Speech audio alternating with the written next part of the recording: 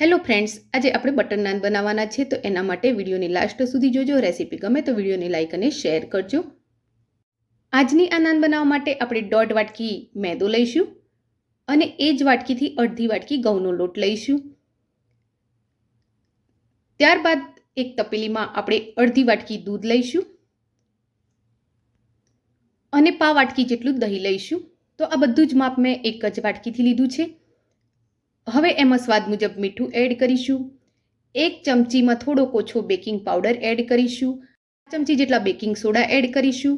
1 ચમચી ખાંડ એડ કરીશું અને નાની 1 વાટકી જેટલું આપણે એમાં તેલ એડ કરી લઈશું. એટલે કે 1 ચમચા જેટલું આપણે એમાં તેલ એડ કરવાનું છે. હવે આ બધી જ વસ્તુને સારી રીતે પહેલાં તો ફેટી લેવાની છે.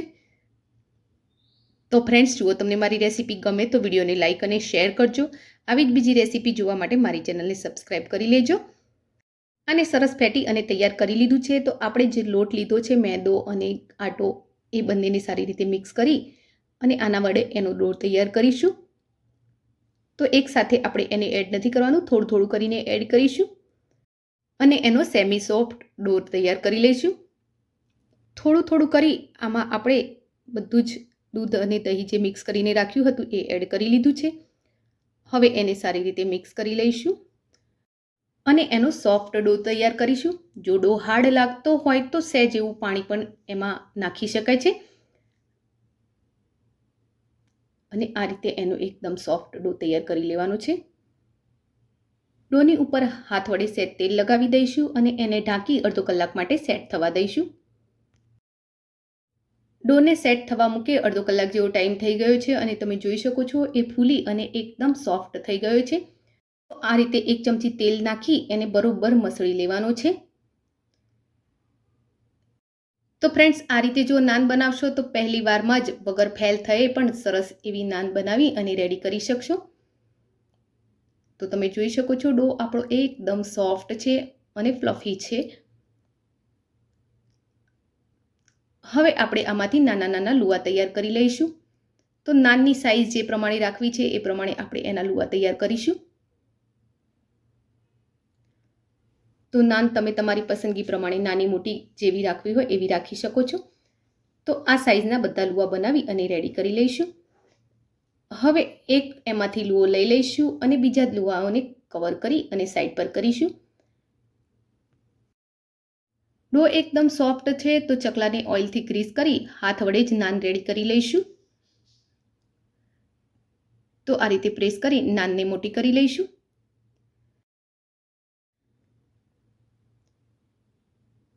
ત્યારબાદ એના ઉપર થોડી કલોંજી ભભરાવી લઈશું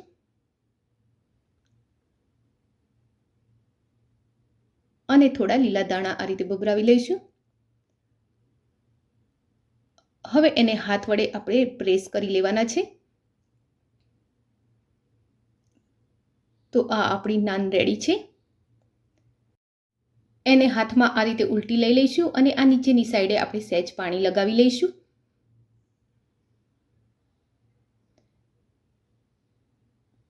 ત્યારબાદ એને પેનમાં લઈ લઈશું.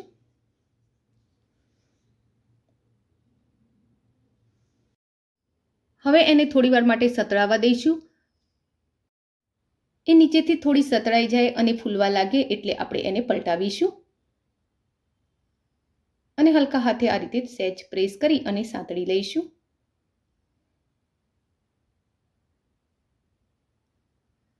અને હવે આ નાન આપણી તૈયાર થઈ ગઈ છે. તો એને સીધી કરી અને પછી થોડી વાર માટે આપણે ફરીથી સતળાવા દઈશું અને એના ઉપર બટર લગાવી લઈશું. તો આ આપણી બટર નાન રેડી છે.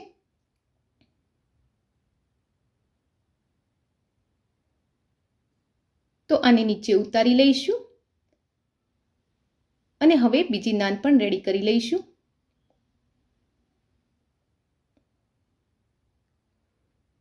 તો સેમ પ્રોસેસ, એને પણ એકવાર નીચેની સાઈડેથી સતળાવા દઈશું અને જ્યારે એ ફૂલે એટલે એને પલટાવી લઈશું અને બીજી સાઈડેથી પણ સાતળી લઈશું. નીચેની સાઈડે સરસ સતળાઈ જાય એટલે ફરીથી એને સીધી કરી લઈશું.